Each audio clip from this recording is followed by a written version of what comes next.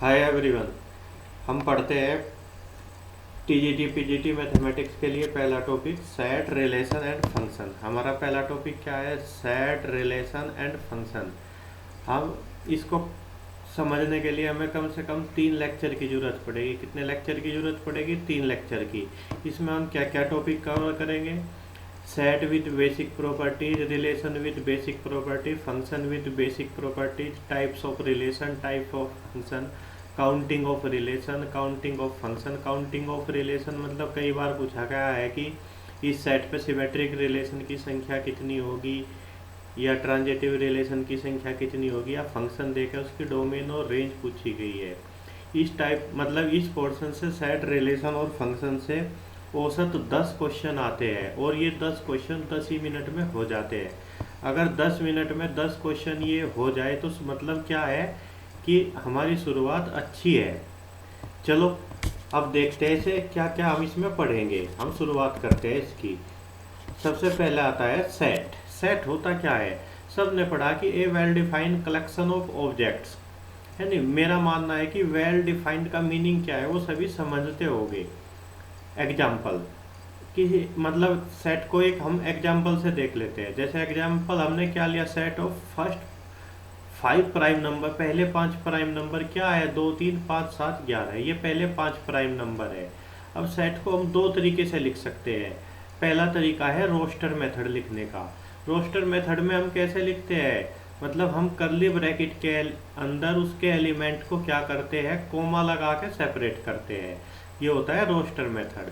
अब दूसरा आता है set builder method. Set builder method क्या होता है? हम सेट में मतलब ऐसा एलिमेंट ना लिख के एक प्रॉपर्टी लिखते हैं। जैसे ये ले लिया हमने ए में कौन है? वे नेचुरल नंबर है जो 10 या 10 से छोटे हैं और प्राइम है। बस ये सेट को ऐसे लिख दिया। अगर इसे रोस्टर फॉर्म में लिखे तो कैसे लिखा जाएगा? 10 से छोटे प्राइम नंबर कौन आ जाएगा? 2 3 5 7। ये होती है जब प्रॉपर्टी के रूप में हम उसको लिखते हैं तो ये होती है सेट बिल्डर फॉर्म। और जब कर्ली ब्रैकेट में कोमा लगा के लिखते हैं, एलिमेंट को सेपरेट करते हैं कोमा से, तो ये होता है क्या? ये होता है रोस्टर फॉर्म। ठीक है। जैसे ये एग्जांपल दिया गया, ये सेट किस फॉर्म में है? एस को हमने कैसे लिखा? एस को हमने कैसे लिखा? एस को एस में क्या है? एस में वो नेचुरल नंबर है, एस में क्या है? वो नेचुरल नंबर है जो 12 से छोटे है और ओड है। तो एस को हम कैसे लिख सकते हैं रोस्टर फॉर्म में? सारे ओड 12 से छोटे 1 3 5 7 9 11 ये लिख दिया हमने। अब ये दूसरा एग्जांपल है, ये हमें सेट मतलब रोस्टर फॉर्म में दिया गया है, तो इसको हमें क्या लिखना? सेट बिल्डर फॉर्म में लिखना। अभी हम इसको ऑब्जर्व करते हैं। पहला एलिमेंट क्या है? 2, दूसरा 5, तीसरा 10, चौथा 17, पांचवा 26। हम क्या देख रहे कि ये तो 1 + 1 4 + 1 9 + 1 16 + 1 ऐसे हो रहा। तो हम ए को कैसे लिखेंगे सेट बिल्डर फॉर्म में? ए में कौन है? ए में क्या है? एक्स है। अब एक्स कैसे है? ओ सॉरी, ए में कौन है? ए में इस टाइप के एलिमेंट है जो x² + 1 इस फॉर्म के है। अब x क्या है? x एक नेचुरल नंबर है। और क्या है x? कौन कौन से नेचुरल नंबर लिए गए इसमें से? इसमें 1 का स्क्वायर + 1, 2 का स्क्वायर + 1, 3 का स्क्वायर। मतलब कौन कौन से नेचुरल नंबर है? 5 या 5 से छोटे हैं। तो ये हमने इसको क्या लिख दिया? सेट बिल्डर फॉर्म में लिख दिया।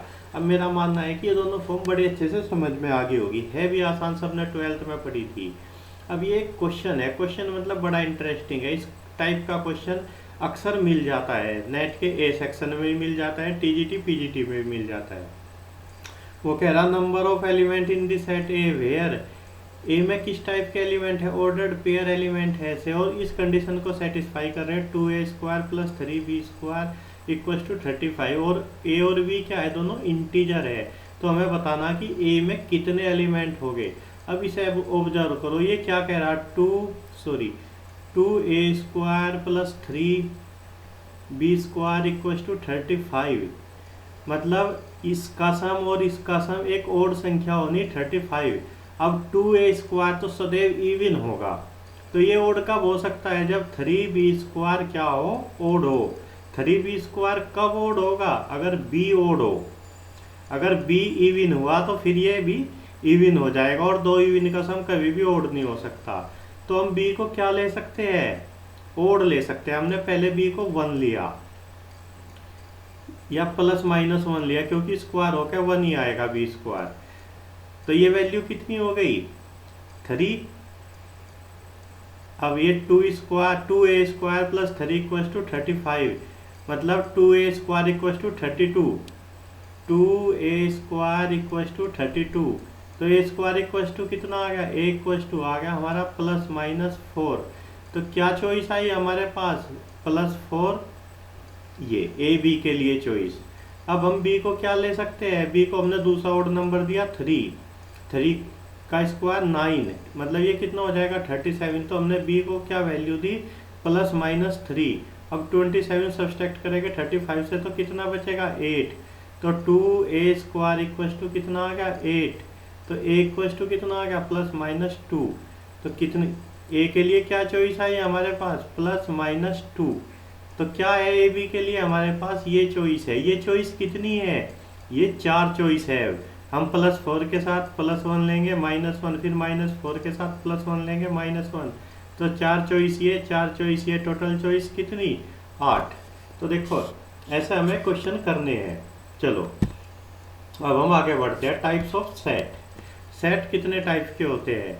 सबसे पहले बात आती है नल सेट। नल सेट को हम कैसे डिनोट करते हैं, 5 या 0 से, मतलब करली ब्रैकेट के अंदर 0। इसका मतलब क्या है कि सेट में कोई भी एलिमेंट नहीं है, ये सेट एम्प्टी है, इसे हम एम्प्टी सेट भी बोलते हैं।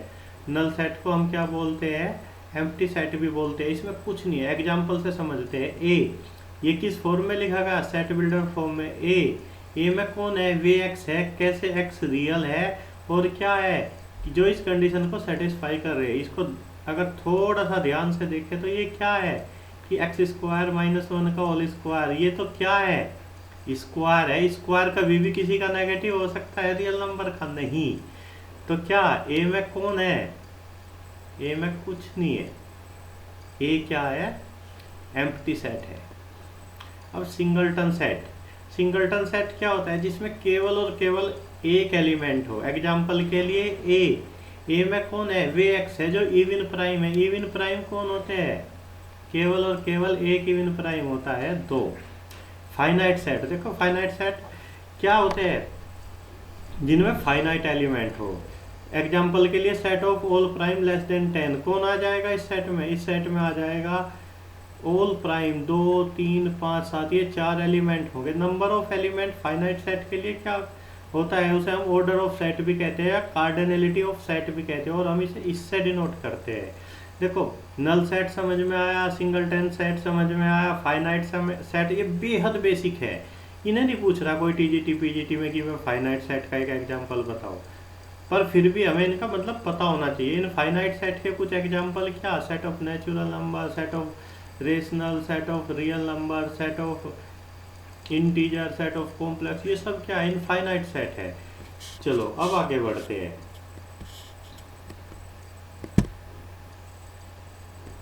इक्वल सेट, दो सेट को हम इक्वल कब कहते हैं, दो सेट है ए और बी, उन्हें हम इक्वल कब कहेंगे, हम उन्हें इक्वल तब कहेंगे जब ए का प्रत्येक एलिमेंट बी में हो और बी का प्रत्येक एलिमेंट ए में हो। तुम देख सकते हो कि ए का प्रत्येक एलिमेंट बी में है और बी का प्रत्येक एलिमेंट ए में है, तभी हम कहेंगे कि ए बराबर बी। अब आता है इक्विवेलेंट सेट। इक्विवेलेंट सेट क्या होता है, दो सेट को हम इक्विवेलेंट तब बोलते हैं जब उनमें नंबर ऑफ एलिमेंट सेम हो।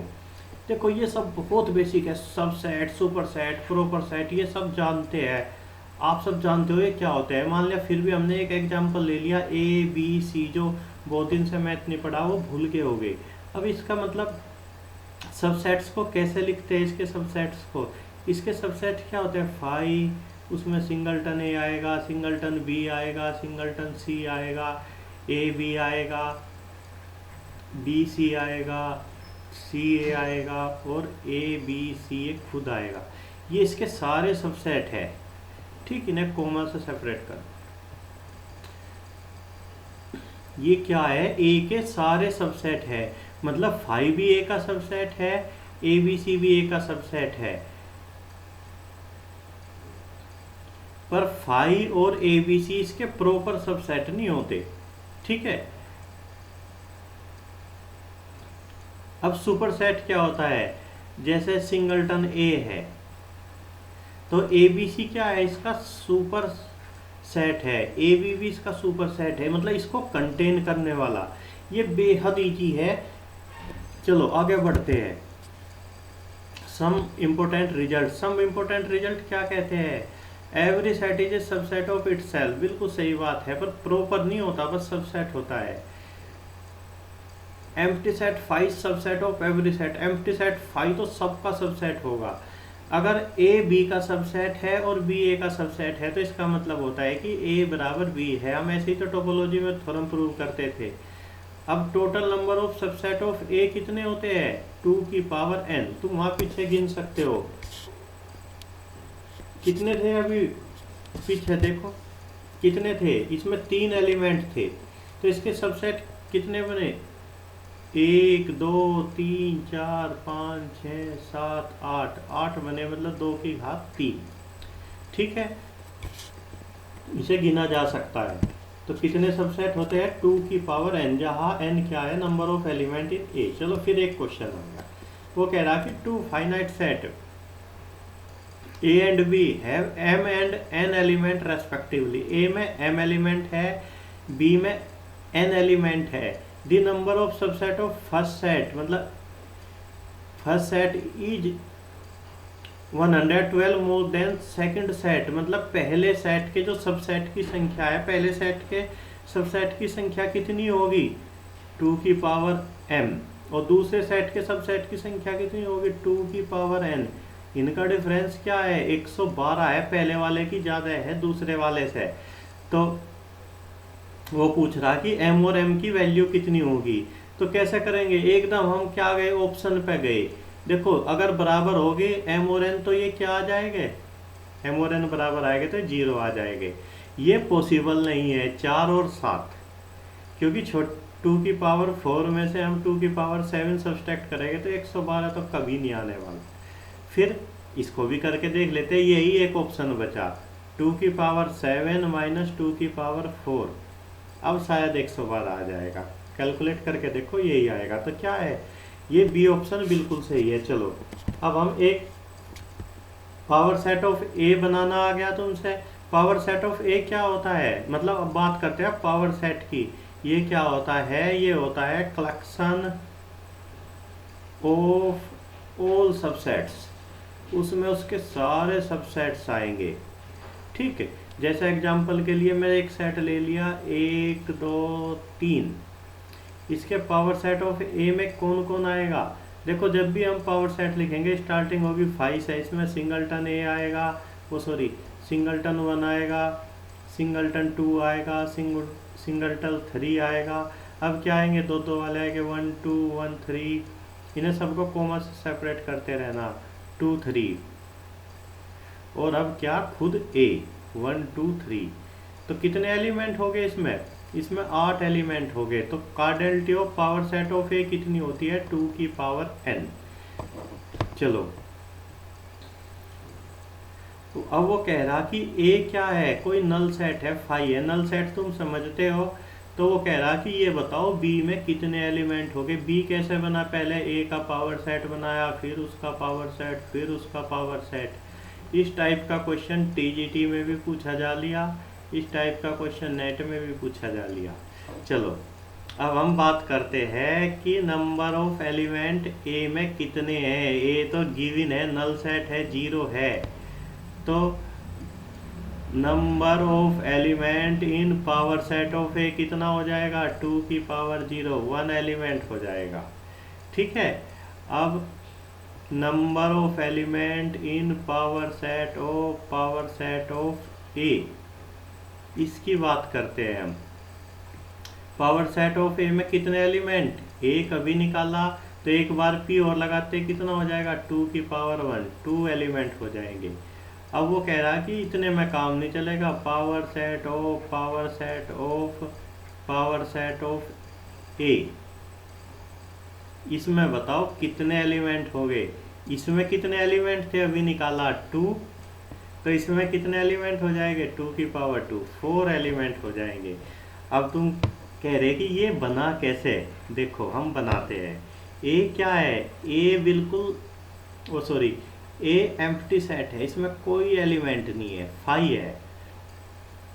अब हम पावर सेट ऑफ ए लिखते हैं, पी ए। मैं अभी बताया था जब हम पावर सेट ऑफ ए लिखेंगे तो सबसे पहले तो 5 लिखेंगे, 5। अब जो एलिमेंट इसमें है वे लिखेंगे। अब तो इसमें तो कुछ है ही नहीं, तो बात यहीं ख़त्म हुई।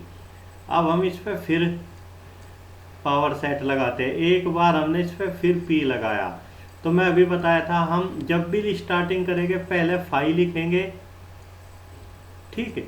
अब इसका पावर सेट लिखना, इसमें तो एक एलिमेंट था सिंगलटन 5, तो ये आ गया सिंगलटन 5, ये इसका पावर सेट बन गया, ठीक है। इसमें 2 एलिमेंट हो गया। अब हम इस पे एक बार फिर पावर लगाएंगे, पावर सेट ऑफ ए। ये कैसे लिखा जाएगा, वही सबसे पहले हम 5 लिखेंगे। अब इसमें तो 2 एलिमेंट है, तो दोनों को हम क्या लिखेंगे, एक एक बार लिखेंगे, ठीक है। और अब ये खुद आ जाएगा 5 5, तो ऐसे ये लिखा जाएगा। इसमें कितने एलिमेंट हो गए, 4 एलिमेंट हो गए। ये मतलब टीजीटी में भी पूछा जा लिया, नेट में भी पूछा जा लिया। चलो अब आगे बढ़ते हैं। अब कुछ बेसिक नियम है, law of algebra of sets. A का ए के साथ यूनियन, मतलब मेरा पर्पज तुम्हें यूनियन इंटरसेक्शन सिखाना बिल्कुल नहीं है, ये सबकी समझ में आ रहा। यूनिवर्सल सेट के साथ इंटरसेक्शन करेंगे तो क्या आएगा, ए, और 5 के साथ करेंगे यूनियन तो ए आएगा। ये कॉम्यूटेटिव भी होते हैं, एसोसिएटिव भी होते हैं, डिस्ट्रीब्यूटिव लॉ को भी फॉलो करते हैं। डी मॉर्गन लॉ थोड़ा सा इंपॉर्टेंट है, अक्सर क्वेश्चन सोल्व करने में यूज होता है। मतलब ये कॉम्प्लीमेंट जैसे ही अंदर जाता है ये यूनियन को इंटरसेक्शन कर देता है। अब a माइनस बी, इसका मीनिंग क्या होता है, number of element which are in a not in b, इसको हम ऐसे निकाल सकते हैं, ठीक है। ये बहुत बेसिक रिजल्ट है सेट थ्योरी के, अक्सर क्वेश्चन करने में ये यूज होगे। तुम इन्हें एक बार सबको देख लोगे, मतलब यूनियन इंटरसेक्शन मेरा मानना है कि हर कोई समझता है। चलो आगे बढ़ते हैं बच्चों। अब सम इम्पोर्टेंट रिजल्ट्स, इन रिजल्ट्स अक्सर मतलब इन पे क्वेश्चन आए टीजीटी पीजीटी में। मान लिया ए बी सी क्या है, कोई 3 सेट है, एन का मीनिंग है नंबर ऑफ एलिमेंट। अब वो पूछ रहा number of element in a union b, तो वो क्या होगा, number of element in a number of plus number of element in b minus इनके इंटरसेक्शन में। अगर दोनों ही डिसजॉइंट सेट है तो ये फिर बराबर हो जाता है। इसी तरह हम क्या निकाल सकते हैं, ए माइनस बी के निकाल सकते हैं। अब ये होता है सिमेट्रिक डिफरेंस।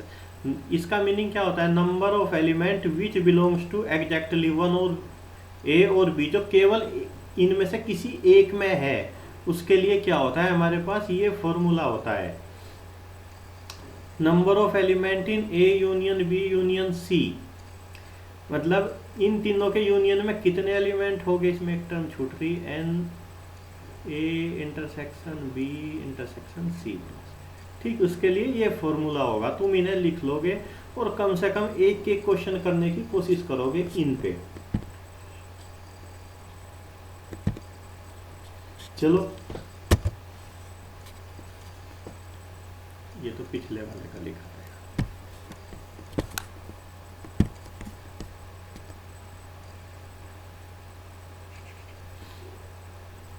ये फॉर्मूला है, मतलब तुम इन फॉर्मूला को देखोगे, लिखोगे और समझने की कोशिश करोगे।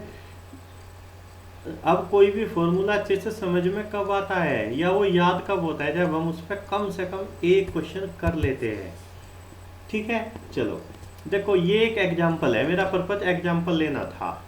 फॉर्मूले तुम लिख लोगे अच्छे से, जो मैं पढ़ा रहा इससे अलग भी तुम 10-5 क्वेश्चन करने की कोशिश करोगे। एग्जाम्पल 1, एग्जाम्पल क्या कह रहा, 20 teacher of A school either teach mathematics और फिजिक्स। मतलब वो कह रहा कि 20 टीचर या तो फिजिक्स पढ़ाते हैं या मैथमेटिक्स पढ़ाते हैं, मतलब वो बात कर रहा कि मैथ और फिजिक्स पढ़ाने वाले टीचर के यूनियन की। तो फिजिक्स और मैथ जो पढ़ाते हैं उनका यूनियन कितना है, 20। 12 ऑफ देम टीच मैथमेटिक्स, उनमें से 12 मैथमेटिक्स पढ़ाते हैं। उसने ये नहीं कहा कि ओनली मैथमेटिक्स, वो फिजिक्स भी हो सके, फिजिक्स भी पढ़ाते हो। While 4 teach both subject. तो देखो ये फॉर्मूले से तो यहाँ कर रखा, मैं इसको वेन डायग्राम की हेल्प से करता हूँ। ये क्या है, ये मैथ पढ़ाने वाले टीचर का कलेक्शन है, ये फिजिक्स पढ़ाने वाले टीचर का कलेक्शन है, ठीक है। अब 12 मैथ पढ़ाते हैं और 4 उनमें कॉमन है, वे 4 तो यहाँ लिख दिए। मैथ पढ़ाने वाले कितने थे, 12, तो बचे कितने, 8। और ये टोटल कितने हैं मैथ फिजिक्स पढ़ाने वाले, 20। तो 12 तो इधर आ गया, बचे कितने, केवल जो ओनली फिजिक्स पढ़ाते हैं 8 बचे, आंसर 8 आ गया, ठीक है। चलो अगले क्वेश्चन पे बढ़ते हैं। देखो ये जो क्वेश्चन है, ऐसा क्वेश्चन टीजीटी पीजीटी में नहीं आएगा बिल्कुल भी, अगर आता है तो छोड़ के आगे बढ़ो क्योंकि ये टाइम पिएगा। पर यहाँ हमें एक ऐसा क्वेश्चन भी कर लेना चाहिए जिससे कि बहुत अच्छे से क्लियर हो। देखो मैं तो इसे वेन डायग्राम की हेल्प से तुम्हें समझाऊंगा। ये वेन डायग्राम बना भी है, फॉर्मूला नीचे लिखा है, इस फॉर्मूले की हेल्प से तुम इसे कर सकते हो। इन्हें क्लास, किसी क्लास में 140 स्टूडेंट है, मतलब बड़ी क्लास है, ठीक है। All even number of student opted mathematics course, उसमें से जितने भी मतलब दूसरा चौथा छठा इन स्टूडेंट ने क्या करा, मैथमेटिक्स कोर्स लिया, तो इनकी संख्या कितनी हो जाएगी, 140 में कितने भी हो गए, 70। Those whose number is divisible by 3, 140 में 3 के मल्टीपल कैसे निकालते हैं, नंबर थोड़ी में पढ़ा, कंपटीशन की तैयारी करी होगी, कभी मास्टर जी ने पढ़ाया होगा। 3 के मल्टीपल कितने होंगे, इसे 3 से डिवाइड करो, 4, 6। पॉइंट वाला हिस्सा नहीं, इसका मीनिंग होता है जब ये ब्रैकेट लिखे होते हैं कि हम पॉइंट वाला हिस्सा नहीं लिखेंगे, ग्रेटेस्ट इंटीजर फंक्शन बोलते हैं। तो फिजिक्स पढ़ने वाले कितने हैं, 46। अब इसी तरह वो कह रहा कि and those whose number is divisible by 5 opted chemistry course. तो जब हम इसे 5 से डिवाइड करेंगे तो कितना आएगा, 5 से डिवाइड करेंगे कितना आएगा, ये आ जाएगा 28। जब हम इसे इसी तरह, अब वो क्या कह रहा, इतना काम हो गया, ठीक है। अब हम क्या करते हैं, देखो वो कह रहा कि जो 2 के मल्टीपल है वो मैथमेटिक्स पढ़ते हैं, जो 3 के मल्टीपल है वो फिजिक्स पढ़ते हैं। तो ऐसे कौन है जो मैथ भी पढ़ते हैं और फिजिक्स भी पढ़ते हैं, मतलब जो 6 के मल्टीपल है, मतलब हर छठा स्टूडेंट, हर 12वां स्टूडेंट। तो मैथ और फिजिक्स पढ़ने वाले की संख्या हम कैसे निकाल लेंगे, ग्रेटेस्ट इंटीजर फंक्शन ऑफ 140/6, ये कितना आ जाएगा, 2, ये आ जाएगा 22, ओ सॉरी 23। इसी तरह फिजिक्स और केमिस्ट्री पढ़ने वाले की संख्या कितनी हो जाएगी, 3 और 5 कैल्सियम लो 15, और उसे निकाल लो ग्रेटेस्ट इंटीजर फंक्शन, ये कितना आ जाएगा, ये आ जाएगा 9। इसी तरह मैथ और केमिस्ट्री पढ़ने वालों की संख्या कितनी हो, क्योंकि मैथ पढ़ने वाले 2 के मल्टीपल थे, केमिस्ट्री पढ़ने वाले 5 के, तो मैथ और केमिस्ट्री पढ़ने वाले क्या हो जाएंगे, 10 के मल्टीपल हो जाएंगे, इनकी संख्या आ जाएगी 14। और इनकी संख्या कितनी आ जाएगी, 4। तो अब मैं इसे वेन डायग्राम की हेल्प से समझाता हूँ। ऐसे कितने स्टूडेंट हैं जो मैथ भी पढ़ते हैं, फिजिक्स भी पढ़ते हैं, केमिस्ट्री भी पढ़ते हैं, ये तो भाई पढ़ाकू स्टूडेंट है जो तीनों सब्जेक्ट ले रखे हैं। इनकी संख्या कितनी है, 4। अब मैथ पढ़ने वाले, मैथ और केमिस्ट्री पढ़ने वाले कितने स्टूडेंट थे, 14। 4 तो यहाँ आ गए, यहाँ कितने बचे, 10 स्टूडेंट। अब मैथ और फिजिक्स पढ़ने वाले कितने स्टूडेंट थे, 23। मैथ और फिजिक्स पढ़ने वाले कितने स्टूडेंट थे, 23 स्टूडेंट थे। अब 23 में से 4 तो यहाँ आ गए, यहाँ कितने बचे, 19 स्टूडेंट। अब फिजिक्स और केमिस्ट्री पढ़ने वाले,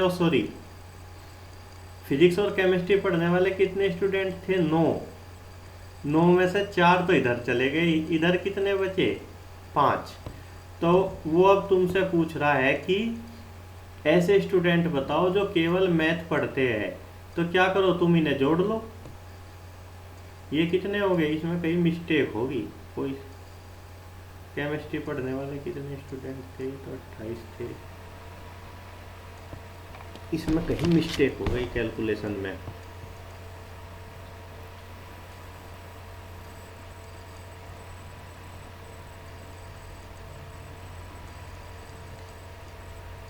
चलो, जो केवल मैथ पढ़ते हैं इसको जोड़ के देख लो कितना आएगा। ये आएगा 14 और 19 कितना हो गया? 14 और 19 हो गया 33। 33 को हम क्या 70 से सब्सट्रैक्ट करेंगे तो ये कितना आना चाहिए? उन्होंने वो ये नहीं पूछ रहा, वो पूछ रहा कि the number of student who did not opt any of 3 course. ऐसे कितने स्टूडेंट हैं जिसने कोई भी कोर्स नहीं लिया। अब हम क्या कर सकते हैं, इनकी हेल्प से निकाल सकते हैं कि मैथ कितने स्टूडेंट ने लिया, फिजिक्स कितने स्टूडेंट ने लिया, केमिस्ट्री कितने स्टूडेंट ने लिया, और उन्हें जोड़ के टोटल संख्या से घटा देंगे। ठीक है, तुम इसे वेन डायग्राम की हेल्प से भी करो, फॉर्मूले की हेल्प से भी करो, कहीं कोई मिस्टेक नहीं हुई। ठीक है, ये ठीक है। इस टाइप का क्वेश्चन टीजीटी पीजीटी में नहीं आना, केवल एक ये प्रैक्टिस के लिए था। और जब हम निकाल लेंगे कि मैथ कितने स्टूडेंट ने लिया, फिजिक्स कितने ने लिया, केमिस्ट्री कितने, उसे टोटल से घटा दो, वे बचेंगे जिन्होंने इनमें से कोई सा भी सब्जेक्ट चूज नहीं किया। ठीक है, चलो अब आगे बढ़ते हैं। देखो ये क्वेश्चन पीजीटी में आया, ऐसे क्वेश्चन आएंगे पीजीटी में। वो कह रहा है in a city 20% of the population travel by car and 50% travel by bus. देखो ये तो है क्या, जो कार से चलते हैं, ये क्या है जो बस से चलते हैं, और 10% ऐसे हैं जो क्या करते हैं बाय बोथ कार एंड बस, मतलब इनके इंटरसेक्शन में है। अब क्या थे, कार से चलने वाले 20 थे, उनमें से 10 इधर आ गए, तो इधर कितने बचे? 10। और बस से चलने वाले 50 थे, 10 इंटरसेक्शन में आ गए, तो इधर कितने बचे? 40। तो वो क्या पूछ रहा, the person travelling by car और बाई बस, मतलब वो यूनियन की बात कर रहा। तो क्या करो, ये इंटरसेक्शन वाले छोड़ दो, कितने आगे?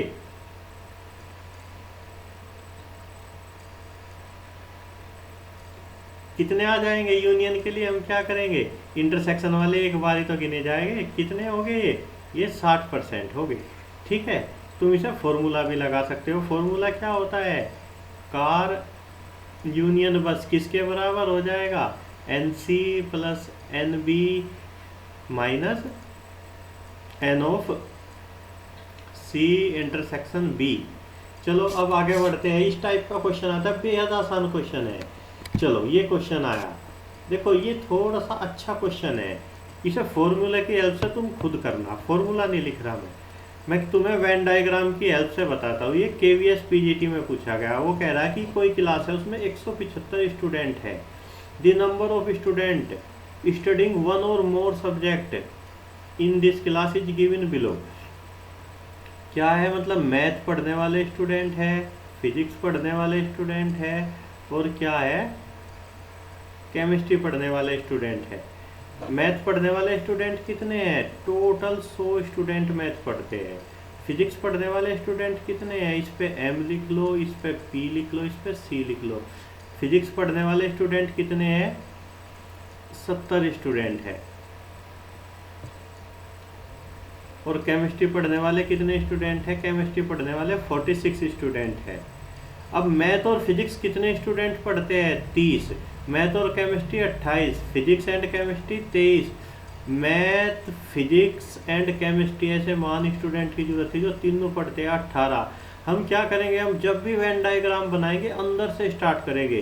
तो अंदर का हिस्सा तो ये है जो तीनों का इंटरसेक्शन है। ऐसे कितने स्टूडेंट मिले? 18 स्टूडेंट मिले जो क्या करते हैं, तीनों सब्जेक्ट पढ़ते हैं। मैथ और फिजिक्स वाले कितने थे? 30 थे। मैथ और फिजिक्स वाला तो ये हिस्सा था, 18 तो यहाँ आ गए, तो यहाँ कितने बचे? 12 स्टूडेंट बचे। ठीक है। अब मैथ और केमिस्ट्री वाले कितने स्टूडेंट थे? 28 थे। 28 में से 18 तो यहाँ आ गए। यहाँ कितने बचे? 10। फिजिक्स और केमिस्ट्री वाले कितने स्टूडेंट थे? फिजिक्स और केमिस्ट्री वाले 23 स्टूडेंट थे। 18 यहाँ आ गए तो कितने बचे? 5 स्टूडेंट बचे। तब वो पूछ रहा है कि ऐसे कितने स्टूडेंट हैं जो केवल मैथ पढ़ते हैं। तो ये सब हटा लो, ये 12 और 18 कितने हो जाएंगे? 12 + 18 और ये कितना बचा था यहाँ? 10। ये कितने हो गए जुड़ के? ये हो गए 40। 40 को 100 से घटा लो तो कितने स्टूडेंट बचे? 60 स्टूडेंट बचे जो केवल और केवल मैथमेटिक्स पढ़ते हैं। इस टाइप का क्वेश्चन पीजीटी में पूछा जा सकता है, इस टाइप का पूछा जा सकता है। इस टाइप का क्वेश्चन नहीं पूछा जाएगा, ये तो केवल तुम लोगों की प्रैक्टिस के लिए है। ठीक है, इसका आंसर आएगा 38। इसका आंसर कितना आएगा? 38। इसे फॉर्मूले से भी करो और वेन डायग्राम से भी करो। ठीक है, मैं इसका हिंट दे दिया, हिंट नहीं 80% बता दिया। ठीक है, अभी मतलब हमने सेट पढ़ा, सेट की बेसिक प्रॉपर्टीज पढ़ी, कुछ एग्जाम्पल देखे।